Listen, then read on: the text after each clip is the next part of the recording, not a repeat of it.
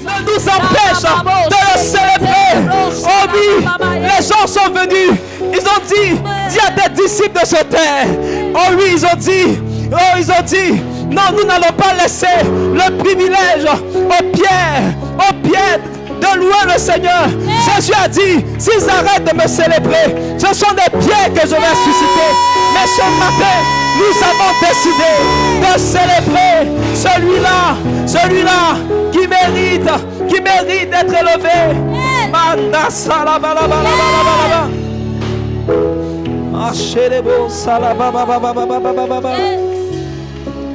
Merci Seigneur. Merci d'être là et de prendre le contrôle de ce moment, de diriger toutes choses.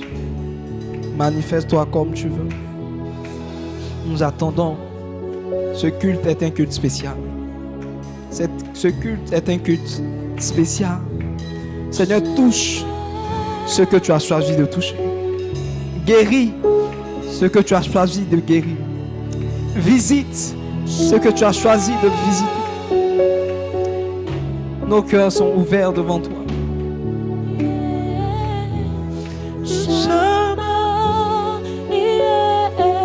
Déborde encore.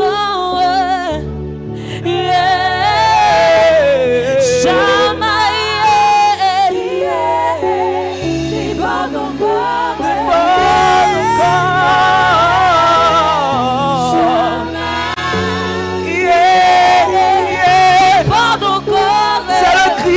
Soit fait.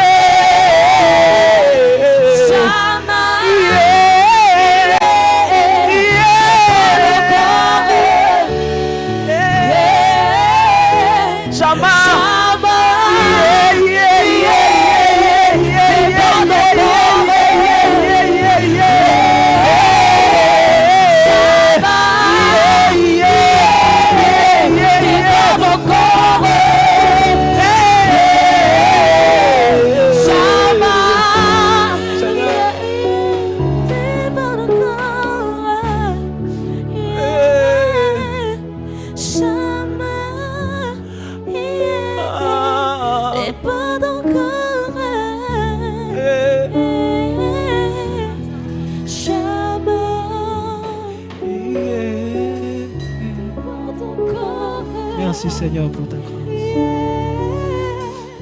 Merci Seigneur. Dans mon esprit, je voyais une personne à qui avait ouvert la bouche et c'est comme si on lui donnait de l'eau. C'est comme si on remplissait. Et l'image que j'ai vue, la personne que j'ai vue, je crois, autant elle est concernée, mais c'est une représentation pour l'église. Je voyais l'assistant pasteur Junior et c'est comme si on lui donnait de l'eau. C'est comme si on mettait de l'eau dans sa bouche. On remplissait. Et le Seigneur, j'entendais une voix qui disait, parce que tu as soif, alors je te donnerai de l'eau vive. Parce que tu as soif, je te donnerai de l'eau de la vie. Oh oui, si quelqu'un a soif, Dieu va lui donner de l'eau. Si quelqu'un a soif, Dieu ne va pas se contenir. Il va te donner de l'eau. Il va te donner de l'eau. Il va te donner de l'eau. Il dit des fleuves d'eau vive couleront. Des fleuves d'eau vive couleront. Oh oui, ce chant dit déborde. Parce que Dieu ne veut pas te donner ce que ton ventre peut contenir, ce que ton sein peut contenir. Mais il veut te donner des fleuves d'eau vive. Il veut te donner des fleuves d'eau vive. Il veut te donner des fleuves d'eau vive. Il veut te combler jusqu'à déborder. David dit, tu remplis ma coupe et ma coupe déborde. Tu remplis ma coupe et ma coupe déborde. Tu remplis ma coupe et ma coupe déborde. Oh, fais déborder nos coupes ce matin. Fais déborder nos coupes ce matin. Fais déborder nos coupes ce matin. Nous avons soif de ta présence. Nous avons soif, Seigneur. Nous avons soif. Nous avons soif, Seigneur. Nous avons soif. Nous avons soif, Seigneur. Oh, oh, oh, oh. Malabar, Chalabos, Salalia, Kelebos. Nous avons besoin Esprit de Dieu. déborde encore. Oh, nous avons besoin de toi.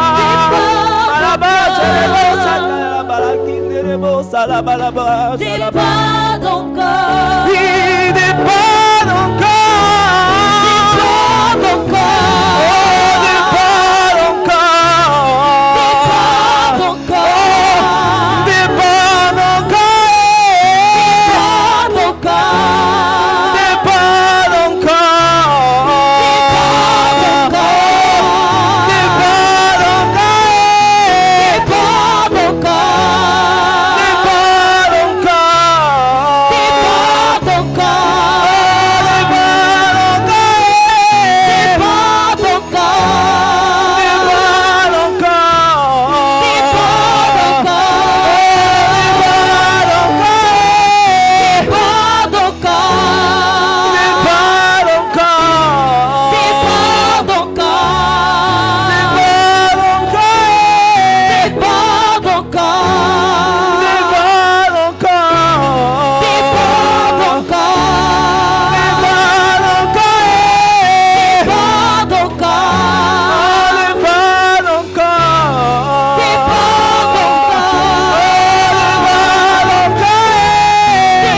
encore. Déborde ta présence.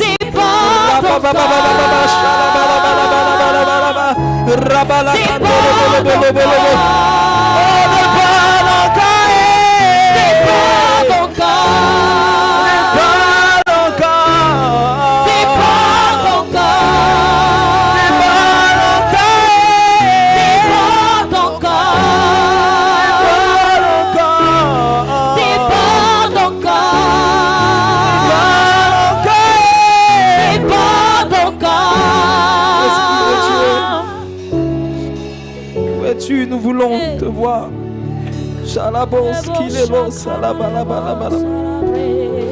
Seigneur, ne passe pas sans nous toucher. Ne passe pas sans nous toucher.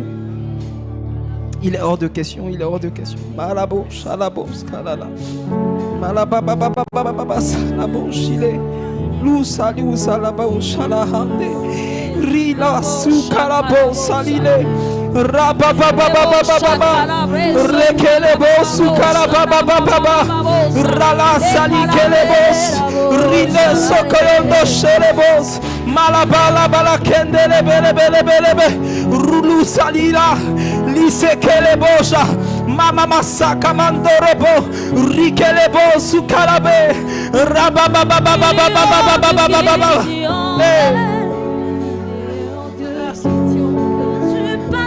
Sans me toucher, il est hors de question que ça finisse comme ça, car je n'ai jamais vu un homme te chercher sans te trouver, oh.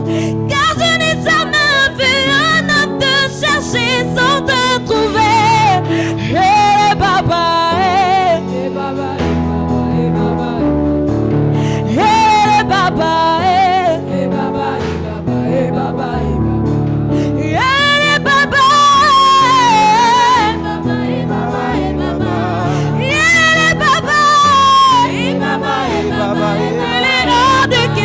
Il est hors de question que tu passes sans me toucher.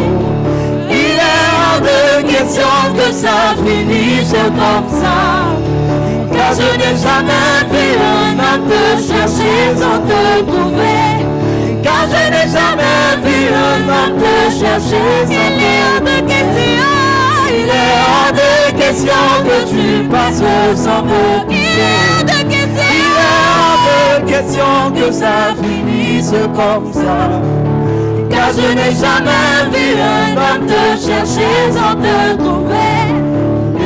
Baba,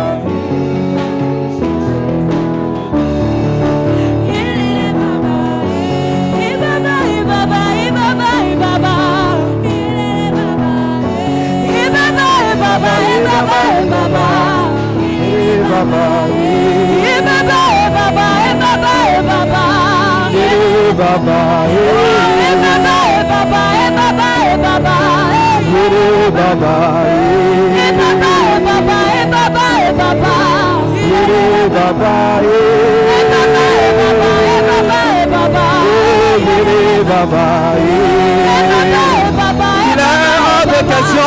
il est hors de question que tu passes sans me toucher. Il est hors de question que ça finisse comme ça. Car je n'ai jamais vu un homme te chercher sans te trouver. Car je n'ai jamais vu un homme te chercher sans te trouver. Yere baba, baba, baba, baba, baba. Yere baba, baba, baba, baba. Yere baba, baba, baba, baba. Yere baba,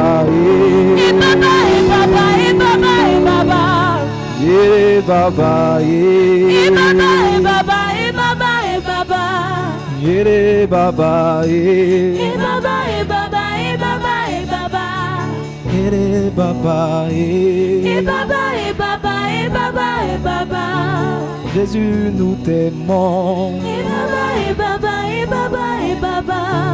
Jésus, nous t'aimons. Jésus, nous t'aimons. Jésus, nous t'aimons. Wow. Est-ce que quelqu'un peut donner sa meilleure acclamation au Seigneur? Est-ce que tu peux célébrer?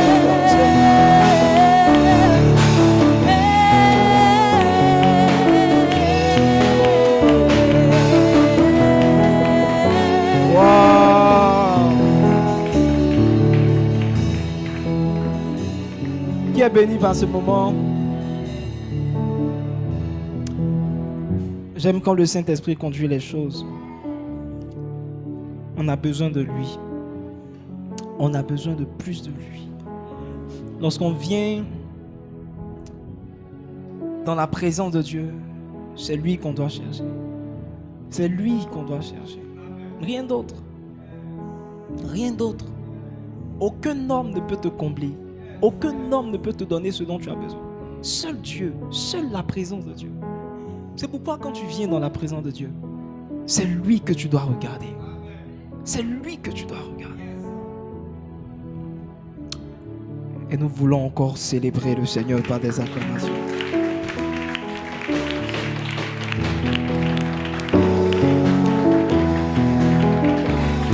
Amen.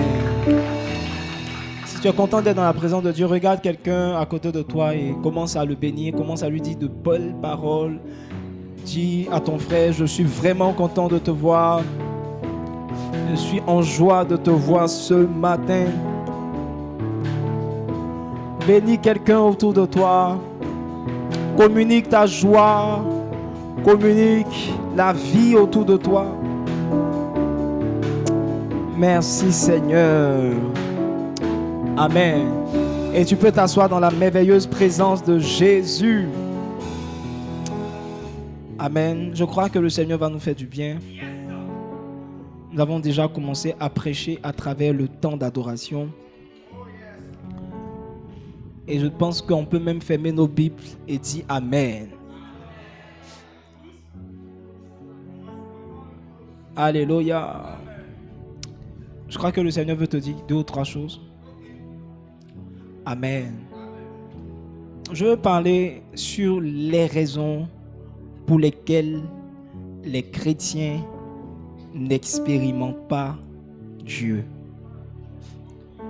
Les raisons pour lesquelles les chrétiens n'expérimentent pas Dieu.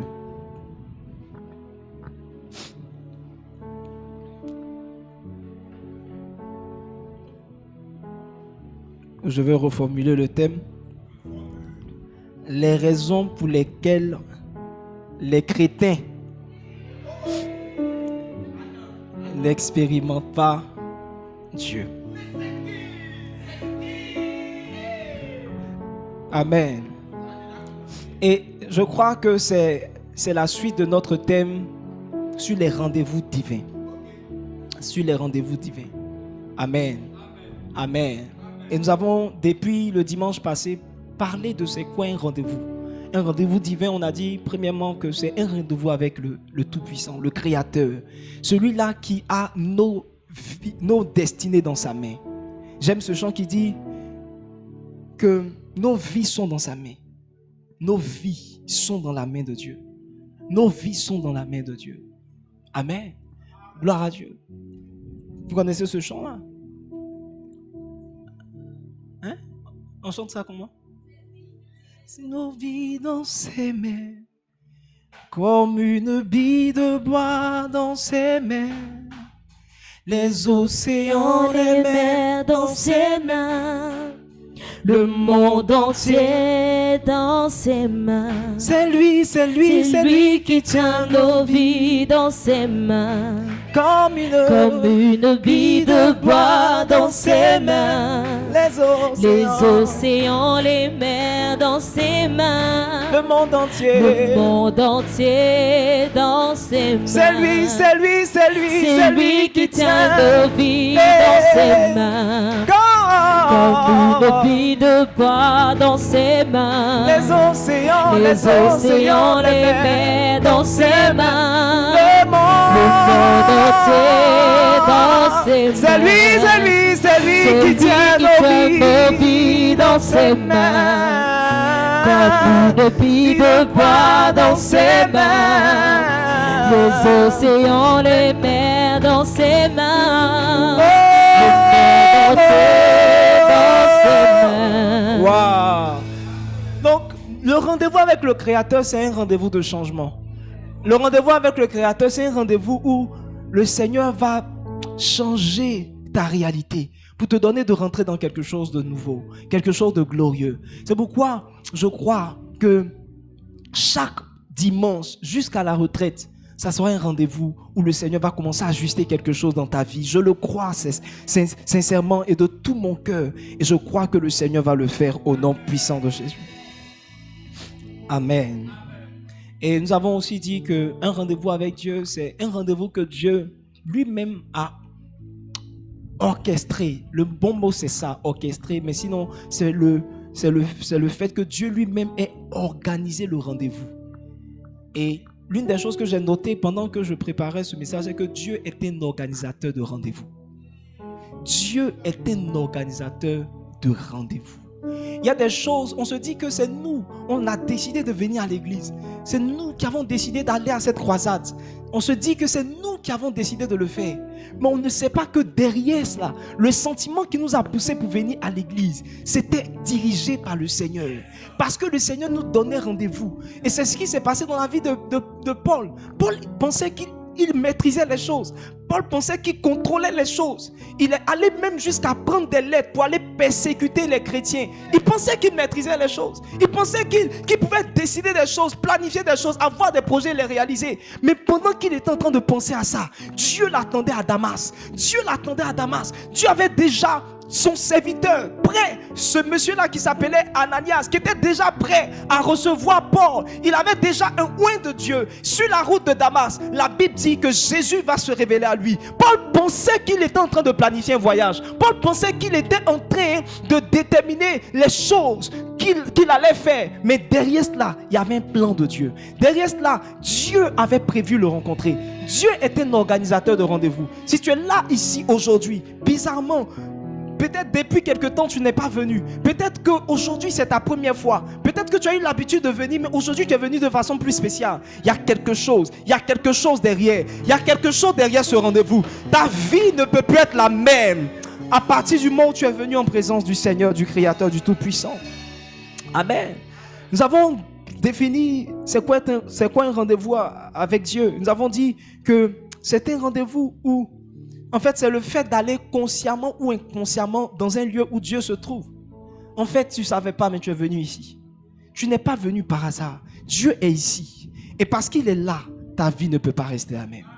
ta vie ne peut pas rester la même. Comme cette femme-là qui s'est retrouvée, elle était pécheresse. Elle vivait dans le péché. Mais elle s'est retrouvée un jour, là où Dieu était en train de manger, là où Jésus se trouvait. Jésus n'était même pas en prière, mais elle s'est retrouvée là où Jésus se trouvait. Et simplement, à partir de ce temps-là, sa vie n'a plus jamais été la même. La Bible dit un berger, un saint berger, qui avait passé 40 ans de sa vie à seulement faire la bergerie. Il va à la montagne de Dieu. Il va se retrouver un jour à la montagne de Dieu à Horeb. Et c'était le jour d'un commencement nouveau dans sa vie. C'était le jour où Dieu allait maintenant le faire entrer dans sa destinée. Des gens peuvent être en train de faire beaucoup de choses, tourner autour du pot, mais jusqu'à un certain moment où ils se retrouvent dans un lieu, dans un endroit où Dieu se trouve. C'est pourquoi je crois que chaque dimanche, tu viens en présence de Dieu. Chaque dimanche, chaque fois que tu te déplaces, tu ne viens pas juste en présence de tes frères, juste pour rencontrer un pasteur, mais tu viens pour rencontrer Dieu. Tu viens pour que Dieu puisse te toucher. Tu viens et tu te trouves dans un endroit où Dieu a préparé les choses pour que tu puisses venir afin qu'il te parle. Ton Créateur a envie de te parler. Ton Créateur a envie de te parler. Ton Créateur a envie de changer quelque chose dans ta vie. C'est pourquoi il va dire à Élie, il va lui dire, je veux te parler, va à la montagne de Dieu. Vous savez, quand le Seigneur nous inspire d'aller dans des endroits où il se trouve, c'est simplement parce qu'il veut nous parler. Aujourd'hui, Dieu veut te parler. Aujourd'hui, Dieu a un message pour toi. Il a un message pour toi. Paul a passé toute sa vie sans prendre en compte le fait que Dieu avait besoin de lui. Mais à un certain moment, lorsqu'il s'est retrouvé dans ce lieu-là où Jésus se trouvait, sa vie n'a plus jamais été la même. Et c'est pourquoi je suis en train de voir la vie d'une personne aussi changer dans le nom de Jésus. Nous avons dit que c'est la réponse à un désir brûlant de rencontrer Dieu. Quand quelqu'un désire rencontrer Dieu, Dieu se révèle à lui. Ça a été le cas pour Jacob. Jacob est resté, pendant un certain moment, il était seul. Il avait besoin, vous savez, quand vous avez envie de rencontrer Dieu, vous êtes resté seul. Seul, pas forcément parce que vous n'avez personne autour de vous. Parce qu'il avait toute sa famille, il avait des gens qui étaient là. Mais il y a des moments où vous voulez ne parler qu'à Dieu. Vous voulez rester seulement devant la face de Dieu. Vous ne voulez pas être dérangé par tous les bruits qui sont autour. Vous ne voulez pas être dérangé par votre voisin. Vous voulez rester concentré sur le Seigneur, parce que vous avez besoin de lui, parce que vous avez besoin de le rencontrer. Jacob avait vécu pendant 20 années de sa vie où il n'avait même pas pu construire quelque chose, pu réaliser quelque chose. Et Jacob va venir devant Dieu pour dire, Seigneur, si toi tu ne changes pas, si toi tu ne parles pas sur ma vie, si toi tu ne déclares pas quelque chose, ma vie ne va pas changer, ma situation ne va pas changer, mon avenir, je ne vais pas pouvoir l'atteindre, je ne vais pas pouvoir avoir un bel avenir. J'ai besoin que tu viennes. J'ai passé 20 années de ma vie à essayer de faire des choses, à travailler pour moi-même, pour essayer de construire les choses, mais je me rends compte que parce que tu n'étais pas au centre, ma vie n'a rien donné. Je n'ai rien obtenu de toutes ces années, de tous ces efforts. Beaucoup de personnes ont besoin de rencontrer Dieu. Et c'est pourquoi pendant que nous sommes en train de parler de ces choses, nous sommes en train de nous préparer pour ce grand rendez-vous. Ce grand rendez-vous avec Dieu, du 13 au 17 septembre, à la Sablière de Benjerville, à cette retraite du sacerdoce, il faut que tu y sois. Il faut que tu y sois. Là-bas, Dieu va changer ton nom. Peut-être que tu t'appelles aujourd'hui Jacob. Peut-être qu'on t'appelle l'impudique. Peut-être qu'on t'appelle celui qui ne réussit pas, celui qui tourne en rond, celui qui n'a pas de destinée. On t'appelle le drogué, on t'appelle le fumeur, on t'appelle l'alcoolique. Mais à cette rencontre, à ce rendez-vous, ta vie va prendre une autre tournure. Ta vie va prendre une autre tournure. Dans le nom puissant de Jésus-Christ de Nazareth. La chose suivante que nous avons dit, c'est que c'est lorsque nous répondons à une invitation spéciale de Dieu à le rencontrer. Il y a des fois où c'est Dieu qui nous convoque. Il y a des fois où c'est Dieu qui nous demande de venir dans un endroit. Et c'est pourquoi, d'aller voir dans la parole, il y a un mot qui revient souvent lors des fêtes. La Bible dit, cela sera une convocation sainte. Ça sera une convocation sainte. Souvent, ce n'est pas juste un homme, ce n'est pas une église qui t'invite. C'est Dieu lui-même qui t'invite. Parce qu'il veut te parler. Il veut te parler. Il dit, je vais l'attirer au désert et je parlerai à son cœur. Il y a des moments où c'est Dieu lui-même qui est en train de te parler pour te dire, il faut que tu y sois. Cette retraite-là, c'est ta retraite. Peut-être que tu n'avais pas prévu venir. Peut-être que tu as quelque chose à faire. Nous tous, nous avons des choses à faire. Nous avons des choses. Moi, je me rappelle juste il y a 2 jours, mon responsable hiérarchique me parlait d'un voyage. Il me parlait d'un voyage en Afrique du Sud. Je lui ai dit, je prends mes congés. Je lui ai dit, je prends mes congés. Il me parlait d'un voyage, bien, un bon voyage. Je lui ai dit, mes congés là, je veux prendre. Je dis, je veux prendre, parce que mes congés, je place mes congés à la date de la retraite. Je dis, en fait, dans ma tête, je n'ai pas besoin de ton voyage. Bon, je lui ai pas dit ça, quoi. Mais je n'ai pas besoin de ton voyage en Afrique du Sud. Je veux mes congés. Parce que mes congés, je les ai mis à part pour rencontrer Dieu. Je les ai mis à part pour pouvoir rencontrer le Seigneur. Dieu m'a invité. Ta convocation ne m'intéresse pas. Ta mission ne m'intéresse pas. J'ai reçu une invitation, une lettre d'invitation depuis l'Afrique du Sud. Mais cette lettre d'invitation ne m'intéresse pas. Je vais répondre à la convocation de Dieu. Je préfère répondre à la convocation de Dieu. Vos réunions, vos séances de travail, vos invitations, votre mission ne m'intéressent pas. Je préfère être là où Dieu peut me changer. Là où Dieu peut me parler. Qu'est-ce qu'une mission peut changer dans la vie d'un homme? Qu'est-ce qu'un travail peut changer dans la vie d'un homme? Qu'est-ce qu'une instruction d'un patron qui n'a besoin de Jésus, qui a besoin lui-même d'accepter Jésus, peut changer dans ta vie? Rien. Je dis, regarde un voisin, dis-lui, c'est Dieu qui te convoque à cette retraite. Et nous avons aussi dit que c'est une rencontre qui vient mettre fin à une vie errante et sans frein. Oh frère, tu n'es pas fatigué. Tu n'es pas fatigué.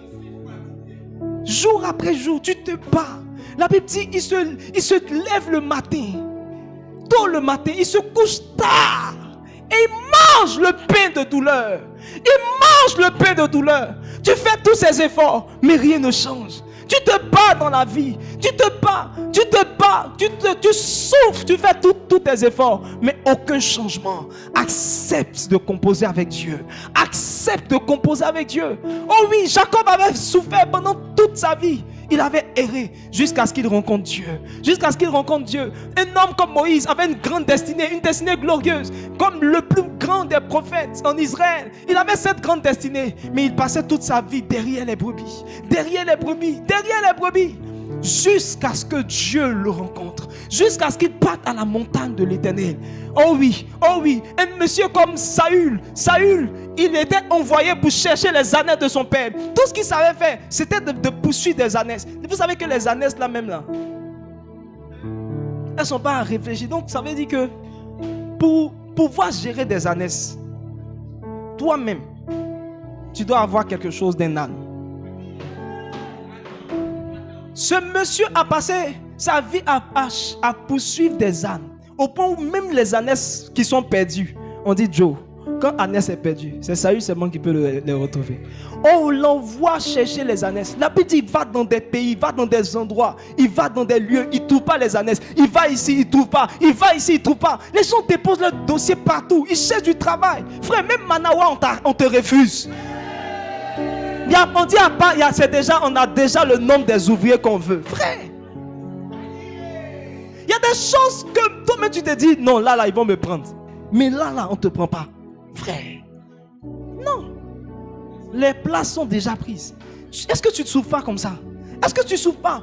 Tu es là tout le temps dans la drogue, tout le temps dans la boisson. Tu es là, tu es en train de détruire ton corps. Tu es dans l'impudicité pour essayer de trouver une consolation. Tu n'es pas fatigué. Et c'est la solution de Dieu. Et c'est la solution de Dieu. Et c'est. Dieu a quelque chose pour toi. Il a fait de ce monsieur qui était derrière les ânesses, il a fait de lui un roi. Dieu peut embellir la vie d'une personne. Dieu peut embellir la vie d'une personne. Et pendant que tu es là, Dieu est en train de créer quelque chose. Dieu est en train d'écrire une nouvelle page pour toi. Oui, tu vas entrer sur le chemin de ta destinée par la puissance de Dieu, dans le nom de Jésus. Amen. Et nous avons dit que un rendez-vous divin, c'est une rencontre planifiée par Dieu pour nous faire entrer dans un des aspects de notre destinée. Un des aspects de notre destinée. Oh oui, je me rappelle de ce monsieur Élisée qui avait 12 paires de bœufs. Tout ce qu'il savait faire, c'était d'entretenir des bœufs. Il était très bon dans cela, très bon travailleur. mais alors qu'il avait une destinée de prophète. Et ce jour-là, Dieu va le rencontrer à travers son serviteur Élie. Et il va lui dire, regarde, tu dois laisser tout pour me suivre.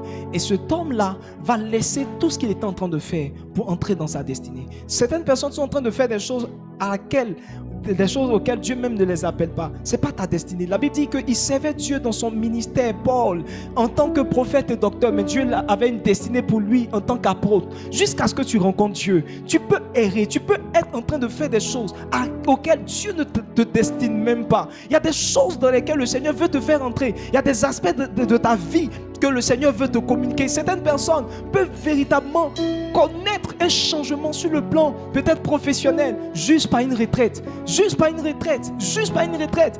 Une sœur a participé à la retraite. Dieu lui a ouvert une porte de voyage. Elle allait en Espagne. Vous connaissez le témoignage de cette sœur. Je me rappelle que à cette dernière retraite, j'ai changé avec elle et on parlait de langue. On parlait de langue et je lui disais, regarde, il y a des choses, tu ne dois pas te fermer aux langues. Je lui disais, tu ne dois pas te fermer aux langues. Tu dois accepter que Dieu peut disposer un voyage. Dieu peut disposer des choses. Pendant que je le disais, je ne savais même pas que Dieu avait prévu quelque chose pour elle. Je lui disais en entretien, il faut que tu acceptes que Dieu peut créer des opportunités. Elle avait peur de l'anglais. Je dis, Dieu peut utiliser, il peut utiliser quelqu'un pour ouvrir une porte pour toi. Tu ne dois pas te fermer à cela. Et c'était sans imaginer que Dieu est en train de lui préparer un voyage. Oh oui, c'était sans imaginer que Dieu est en train de lui ouvrir une porte. Je crois que Dieu peut te faire entrer dans un aspect de ta destinée. Si simplement tu peux être là où il te donne rendez-vous. Là où il te donne rendez-vous. Dans le nom puissant de Jésus. Oh oui, de pêcheur de poissons, tu deviendras pêcheur d'or. Parce que le Seigneur te rencontrera dans le nom puissant de Jésus-Christ de Nazareth. Est-ce que quelqu'un peut me donner un bon amen et acclamer très fort le Seigneur Jésus? Vous comprendrez donc que je ne suis que dans mon introduction. Et je veux continuer d'introduire parce que l'introduction a plusieurs étapes. Vous vous rappelez de l'introduction? Il y a l'entame, comme on appelle ça, amener le thème. On amène. Donc j'ai amené le thème. Donc ça c'est la première partie de l'introduction. Maintenant je dois présenter ce que je vais dire. Est-ce que tu te rappelles de comment on faisait l'introduction même? Tu dois même poser la problématique. Donc je n'ai même pas encore posé la problématique. Parce que on nous dit ici, notre sujet c'est les raisons pour lesquelles les chrétiens n'expérimente pas Dieu. Maintenant, laisse-moi poser la problématique. Alléluia. Vous savez, l'une des plus grandes frustrations dans le corps de Christ, c'est de rater le jour de sa visitation. C'est de rater le jour de sa visitation. C'est d'être là où Dieu se trouve sans l'expérimenter. C'est être là où Dieu se trouve sans l'expérimenter. Il y a des gens qui sont là. Et chaque fois, vous savez, l'un des problèmes qu'on avait quand on était enfant, c'est que quand Dieu se manifestait quelque part, on ouvrait les yeux pour regarder. Et tu ne sais pas que tu continues à être un enfant, même lorsque tu as plus de 21 ans, que tu continues à avoir cette attitude. Si Dieu est dans un lieu et qu'il est en train de toucher des personnes, pourquoi il ne me touche pas moi? Au lieu que je regarde les autres être touchés par Dieu, je veux que Dieu me touche. Je veux que Dieu me touche. Et je prie pour toi, afin que tu ne rates pas le jour de ta visitation. Afin que tu ne rates pas le jour de ta visitation. Jésus a pleuré sur Israël. Et il dit, tu n'as pas reconnu Israël. Il dit, Jérusalem, tu n'as pas reconnu le jour de ta visitation. Jésus a pleuré pour ça. Thomas avait raté le jour de sa visitation lorsque Jésus était venu. Il avait raté. Ça faisait qu'il ne comprenait pas les choses. On lui a dit, Jésus est passé ici. Il dit non. On dit, Jésus est ressuscité. Il dit, il ne croit pas. Il y a des choses que tu n'arrives pas à croire simplement parce que quand ça se passait, tu tu n'as pas expérimenté. Mais Dieu veut faire cesser ce genre de choses. Dieu veut que nous tous, nous puissions avoir l'expérience de sa présence. Dans la pensée de Dieu, s'il y a 120 personnes dans la chambre haute, 120 personnes aussi sont touchées. Est-ce que tu es avec moi? Amen. Je me pose la question de savoir que serait devenu Abraham si le jour où les 3 hommes s'étaient présentés à lui. Il n'avait pas su. Vous savez, vous voyez souvent certaines dimensions dans la vie d'un homme. Et vous vous dites, waouh, Dieu l'a béni. Mais il a su discerner un temps où Dieu était en train de le visiter, où Dieu était en train de faire quelque chose. Parce que Abraham a su discerner. Abraham allait être comme l'un de nous. Abraham allait être un simple homme. Si ce jour-là, pendant que Dieu était en train de passer, Abraham n'avait pas discerné pour aller là où Dieu est en train de passer pour le toucher. Ah oui. Il se peut que Dieu soit dans un lieu et que toi tu n'y sois pas. Tu n'y sois pas. C'est pourquoi je veux aujourd'hui te donner quelques raisons qui vont t'aider à comprendre le mouvement de Dieu, à comprendre comment est-ce que Dieu se manifeste. La première raison que je veux te donner, c'est le fait que les chrétiens n'ont pas appris à expérimenter Dieu dans de simples occasions. Vous savez, l'une des vérités que vous devez noter, c'est que partout où Dieu se trouve, vous pouvez l'expérimenter. Qu'est-ce que j'ai dit? Partout où Dieu se trouve, vous pouvez l'expérimenter. La Bible dit, là où 2 ou 3 sont assemblés, il est au milieu de nous. Mais laissez-moi vous dire une chose. Le premier endroit dans lequel vous pouvez rencontrer Dieu, l'expérimenter, le voir vous toucher, c'est dans votre chambre. Bon, je vais reformuler. Dans votre maison, parce que je ne suis pas sûr que vous avez forcément...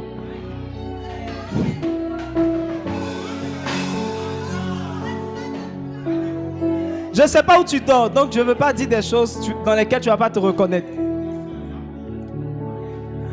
Amen. Le premier endroit dans lequel Dieu veut te rencontrer, c'est dans ta maison. Oui. Ou bien là où tu dors. Parce que maison aussi, c'est quelque chose. Hein? Alléluia.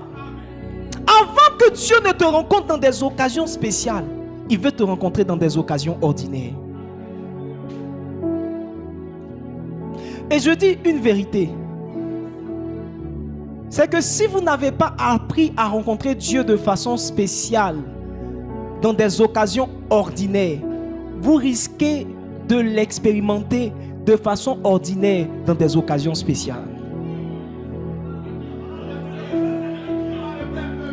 Je dis, si vous n'avez pas appris à rencontrer Dieu de manière spéciale dans des occasions ordinaires, vous risquez de le rencontrer de manière ordinaire dans des occasions spéciales. Ce n'est pas parce que tu es dans un grand rendez-vous que Dieu va te toucher de façon spéciale. C'est parce qu'il a appris à te toucher de manière spéciale dans des rendez-vous simples.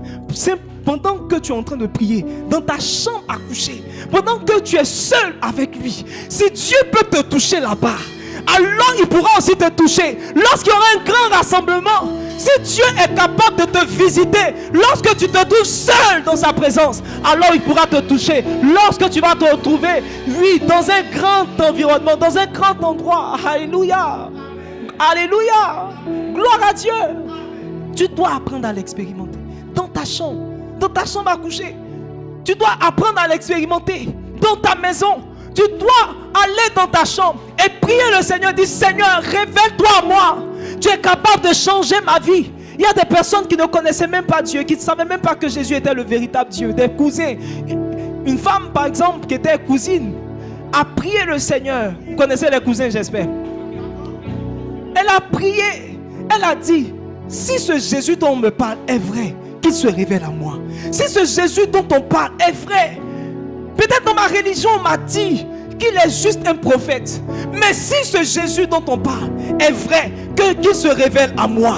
Et ce jour-là, Dieu est descendu dans sa chambre. Dieu est descendu dans sa chambre. Elle n'avait pas besoin d'un moment spécial. Mais dans sa chambre. Oh oui, Dieu veut se révéler à toi dans ta chambre. Dieu veut te parler dans ta chambre. Dieu veut guérir ton cœur dans ta chambre. Dieu veut guérir ton problème dans ta chambre. C'est pourquoi il est resté seul. C'est seul que Dieu l'a touché. Oui. Si Dieu pouvait le toucher en Genèse 32, je crois, quand il était seul, alors Dieu n'avait aucun problème à le toucher dans Genèse 35 lorsqu'il était avec ses serviteurs. Si quelqu'un apprend à expérimenter Dieu dans sa chambre, à prier Dieu pour que Dieu le visite, il va aussi se révéler à lui dans des occasions spéciales. Et ma prière pour toi, c'est que lorsque tu seras à la retraite du sacerdoce, dans ce rendez-vous spécial que Dieu aura orchestré, que le Seigneur n'ait aucun problème à te toucher, que le Seigneur n'ait aucun problème à te visiter, que le Seigneur n'ait aucun problème à te toucher, à te guérir, parce que tu as appris à l'expérimenter. Alléluia. Gloire à Dieu. C'est pourquoi Corneille avait vu Dieu dans sa chambre. Et il avait expérimenté le Saint-Esprit lorsqu'ils étaient tous ensemble. La deuxième raison, c'est que les chrétiens ne se préparent pas pour rencontrer Dieu. Dans ta tête, tu seras à la retraite. Mais ma question, c'est comment tu te prépares pour être à la retraite? Comment tu te prépares? Dans Amos 4, le verset 12. Parce que il faut bien qu'on lise la parole. Dans Amos 4, le verset 12, il a dit quelque chose qui me plaît. Il dit, c'est pourquoi je te traiterai de la même manière, Israël. Et puisque je te traiterai de la même manière, prépare-toi. Prépare-toi à la rencontre de ton Dieu. Prépare-toi à la rencontre de ton Dieu. Tous ceux qui ont rendez-vous avec Dieu doivent s'y préparer. Vous savez, si vous avez rendez-vous avec quelqu'un d'important, vous allez vous y préparer. Si aujourd'hui vous recevez une invitation spéciale du président de la République à manger chez lui, je pense que pour ceux qui avaient l'habitude de manger avec leurs mains, ils vont commencer à manger un peu avec la fourchette. C'est-à-dire, si c'est le mois prochain, à partir de maintenant, Joe, fourchette, couteau, tu mélanges. On dit, tu vas même te renseigner, on dit, bon, la fourchette c'est sur la main gauche. Tu es droitier, mais tu te débrouilles un peu. Tu positionnes les fourchettes. Parce que tu sais que chez le président, là, c'est pas... Il n'y a pas placali là-bas. Même à Tiéké, même tu apprends à manger à la fourchette. Parce que si le président aime Tiéké et qu'il a Tiéké chez lui, tu pourras manger. Nous autres qui aimons la loco, on sera déjà à l'aise. Il dit, prépare-toi à la rencontre de ton Dieu. Oui, toute rencontre avec Dieu nécessite une préparation. Si Dieu doit te rencontrer, tu dois te préparer à cela. Et c'est pourquoi il dit, prépare-toi à la rencontre de ton Dieu. Amen. C'est pourquoi vous allez voir que dans Genèse 28, il y a quelque chose qui va se passer dans la vie de Jacob. Il va rencontrer Dieu. La Bible dit qu'il va se coucher dans un endroit à partir du verset 16.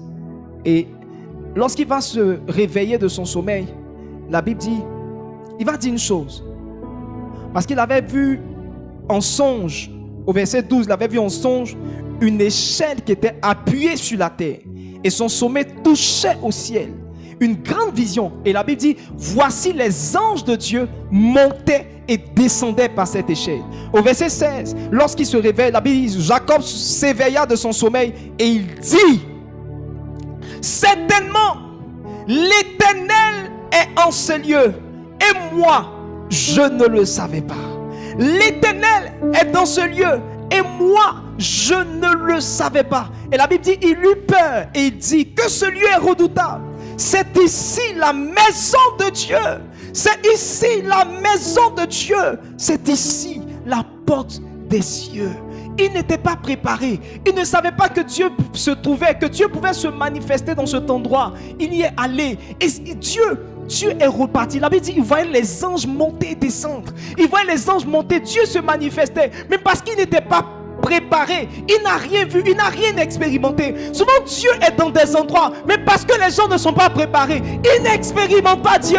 Souvent Dieu est dans des endroits, il est réel, il est le Dieu qui guérit, il est le Dieu qui restaure, il est le Dieu qui change. Mais parce que tu n'es pas préparé, chaque rendez-vous, même pour venir les dimanches à l'église, tu dois prendre la peine de te préparer. Vous dites, Seigneur, dimanche je partirai à l'église. Seigneur, donne-moi de revenir visiter par toi. Oh Seigneur, j'ai ce mal là depuis quelque temps. C'est ce mal là depuis quelque temps. Je prie que tu me guérisses. Je prie que tu me visites. J'ai besoin de toi. Vous savez, Salomon était préparé à une rencontre avec Dieu. C'est pourquoi la rencontre avec Dieu qu'il a eue a changé sa vie. Il était préparé. Il avait déjà eu dans sa tête ce qu'il allait demander à Dieu. Son père lui avait enseigné l'importance de la sagesse. Et il lui avait dit que aime la sagesse plus que l'or, plus que tout. Valorise la sagesse. Dans sa tête, la seule chose qui avait de l'importance, c'était la sagesse. Le jour où Dieu s'est révélé à lui, il a dit, Seigneur, je veux la sagesse. Je veux la sagesse. Parce qu'il était prêt. Parce qu'il était préparé.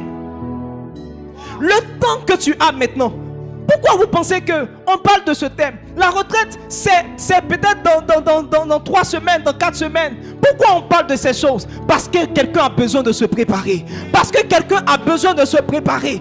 Parce que quelqu'un a besoin de se préparer. Je vais prêcher pendant 4 à 5 dimanches sur un thème qui va t'aider à te préparer. Pourquoi je ne parle pas d'autres choses? Pourquoi? J'ai d'autres sujets. Je peux traiter d'autres choses. Mais je sais que si une rencontre doit changer ta vie, il faut que tu te prépares à cela. Si une rencontre doit amener quelque chose, un changement dans ta destinée, il faut que tu te prépares à ça. Comment tu te prépares? Tu te prépares premièrement. Je vais enseigner certainement dans la suite avec plus de détails. Mais la chose que je vais te donner aujourd'hui, c'est que tu dois te préparer dans la prière.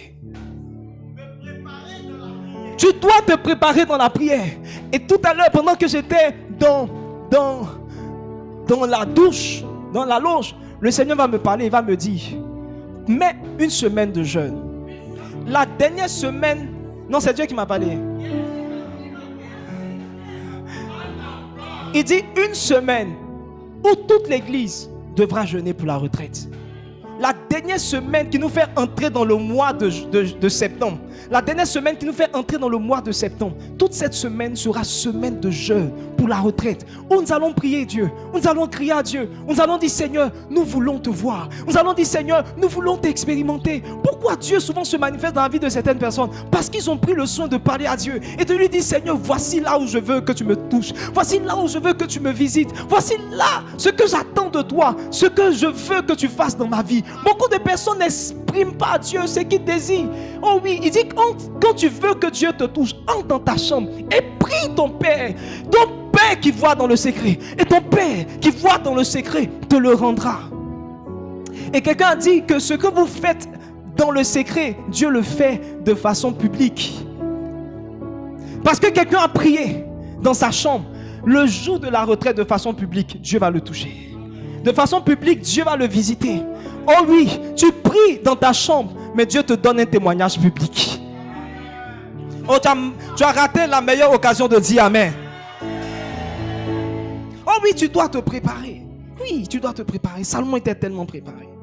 Vous savez, l'une des prérogatives, c'est un gros mot, l'un des privilèges que Dieu a, l'un des privilèges que Dieu a, qu'on ne peut pas lui enlever, c'est le privilège du choix. Le choix. Que tu veuilles ou non, tu ne peux pas enlever à Dieu son choix. Dieu choisit. Même lorsque Dieu voulait expliquer c'est quoi la grâce, il dit pour comprendre la grâce et pour comprendre ceux à qui Dieu fait grâce, il dit Dieu fait grâce à qui il fait grâce. C'est comme s'il ne veut pas expliquer. C'est comme si le Seigneur ne veut pas te donner des principes pour entrer dans la grâce. C'est comme si, en fait, c'est comme s'il décide de qui il associe à sa grâce. Mais vous savez quoi? Lorsque vous priez, vous permettez à Dieu de vous choisir. C'est vrai que le choix dépend de Dieu. Même lorsque vous priez, vous rendez une option pour Dieu. Je dis quand vous priez, vous devenez une option pour Dieu. Dieu peut décider de toucher 200 personnes. Mais ceux qui vont commencer à prier, Dieu va commencer à dire, bon ok, je commence par lui. Après je vais commencer à toucher telle personne. Vous savez, Jésus entre dans un endroit, dans Jean 5, le verset 3, la Bible dit qu'il y avait dans cet endroit, au niveau de la piscine de Bethesda, la Bible nous enseigne qu'il y avait là beaucoup de malades. La Bible dit qu'il y avait là beaucoup de malades. Jésus dit sous ces portiques était couché un grand nombre de malades, des aveugles, des boiteux, des paralytiques qui attendaient le mouvement de Dieu. Il y avait beaucoup de personnes qui étaient là. Mais Jésus va se diriger vers le paralytique. Il va se diriger vers le paralytique de Bethesda, ce paralytique de 38 ans. Parce que celui-là, c'était le choix de Dieu. Jésus avait choisi de le guérir. Jésus va sortir de cette piscine. Il va laisser tous les autres malades. Il va laisser tous les autres malades. Il ne va guérir que ce malade-ci. Dieu a le privilège du choix. Mais je veux que tu sois une option pour Dieu.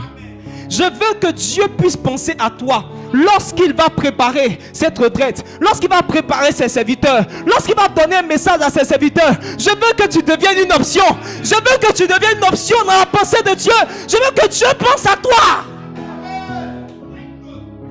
Lorsqu'il se révèle à ses serviteurs, il leur parle. Il leur parle de certaines personnes. Vous êtes souvent surpris qu'un homme de Dieu vient et puis il parle d'une personne. Un autre homme de Dieu vient, il parle de la même personne. Parce que la personne est devenue une option pour Dieu. La personne s'est fait devenir la personne que Dieu voulait choisir, que Dieu voulait toucher. Je veux que tu sois la personne que Dieu va toucher à cette retraite. Je veux que tu sois cette personne que chaque dimanche, Dieu a envie de toucher. La Bible dit, il y avait ce monsieur-là qui était dans sa maison et qui disait, Seigneur, aie pitié de moi. Il était dans le temps, il disait, Seigneur, aie pitié de moi. Aie pitié de moi. Aie pitié de moi. Je ne suis pas digne, mais aie pitié de moi. Seigneur, je ne suis pas saint, mais aie pitié de moi. Seigneur, je ne suis pas parfait, mais aie pitié de moi. Mais si tu ne pries pas, comment Dieu peut savoir? Est-ce que quelqu'un me suit? Vous savez, quand ceux qui sont dans le ministère, vous savez, il y a des personnes, quand il y a un mouvement de l'esprit, il y a des personnes qui sont, j'ai envie de dire, le mot qui me vient, c'est qu'elles sont chaudes dans l'esprit. Elles sont chaudes. Parce qu'il suffit juste de les toucher. Il y a des personnes, tu n'as même pas besoin de faire beaucoup de choses. Il suffit juste de poser. C'est-à-dire ta main effleure. Juste effleure. En fait, c'est pas que l'homme de Dieu est devenu trop loin, mais c'est parce que la personne s'attend tellement à Dieu. Elle est devenue chaude. Elle est devenue chaude dans le spirituel. Elle a besoin juste d'une petite touche. Et c'est fait. Juste une petite touche. Certaines personnes avaient juste besoin d'une ombre pour être guérie. Une ombre pour être guérie. Oh oui, juste que Dieu passe. Juste que Dieu passe. Juste toucher le bord et c'est fait. Parce qu'avant elle était préparée. Parce qu'elle avait dit des choses dans son cœur. Elle s'était dit, cette retraite, ce moment, je vais toucher le pan de la robe de Jésus. Et ma vie ne sera plus la même. Je suis en train de préparer quelqu'un. Je suis en train de préparer quelqu'un. J'aime ce passage dans Luc 4 à partir du verset 25. Dans Luc 4 à partir du verset 25. Je ne suis qu'au début de mon message. À partir du verset 25, la Bible parle du prophète Élie. J'aime bien ce prophète-là. La Bible dit, mais ajouta-t-il, à partir du verset 25, je vous le dis en vérité, il y avait plusieurs veuves en Israël au temps d'Élie. Il y avait plusieurs veuves en Israël au temps d'Élie. Lorsque le ciel fut fermé 3 ans et 6 mois et qu'il y eut une grande famine sur toute la terre. Beaucoup de personnes pensent que leur situation est un justificatif pour être touché par Dieu. Parce que tu souffres, tu penses que Dieu va forcément te visiter. Le fait que tu souffres ne dit pas que tu deviens une option de Dieu. Alléluia. Non. La Bible dit, au temps d'Élie, il y avait une grande famine. Il y avait une grande famine. Malgré tout, la Bible dit, cependant, Élie ne fut envoyé vers aucune d'elles, si ce n'est une femme veuve à Sarepta, dans le pays de Sidon. Une seule personne. Beaucoup de veuves, beaucoup de personnes qui souffraient, beaucoup de personnes qui vivaient la famine, mais une seule personne était choisie par Dieu.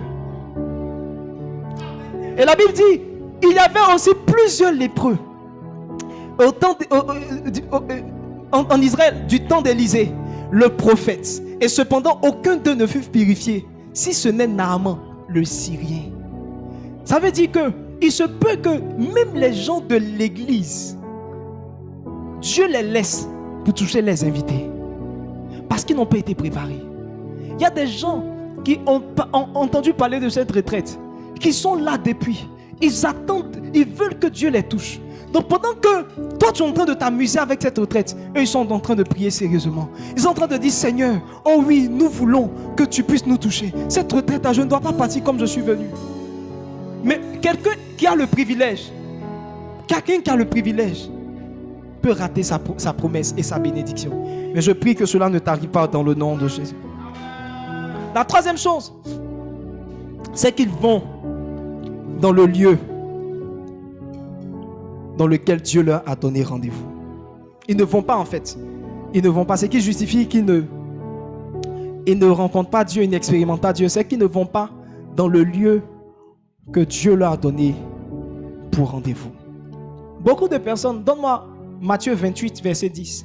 Beaucoup de personnes veulent expérimenter Dieu, veulent que Dieu les visite, que Dieu fasse quelque chose dans leur vie, mais refusent d'aller là où Dieu leur donne rendez-vous.